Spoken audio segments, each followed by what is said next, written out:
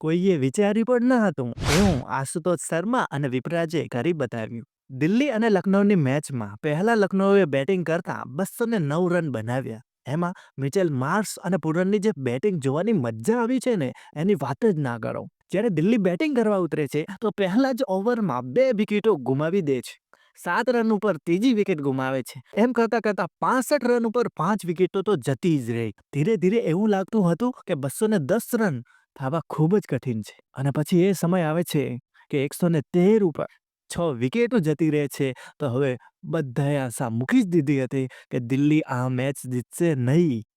પણ એક ખેલાડી જે પીટરસનને કહીને આવ્યો હતો કે હું આ મેચ જીતવાડીશ, જે 18 બોલમાં ફક્ત 18 રન ઉપર હતો અને બીજા 13 બોલ ઉપર જે રમ્યો છે ને એ એક સિનેમાથી કમ નહોતું. જેણે પણ આ મેચ જોઈ હશે ને એને એવું જ લાગ્યું હશે કે આ ક્રિકેટ નથી, એક સિનેમા છે. વિપરાજ અને આશુતોષ શર્માએ એ કરી બતાવ્યું જે કોઈએ વિચાર્યું પણ ન હતું.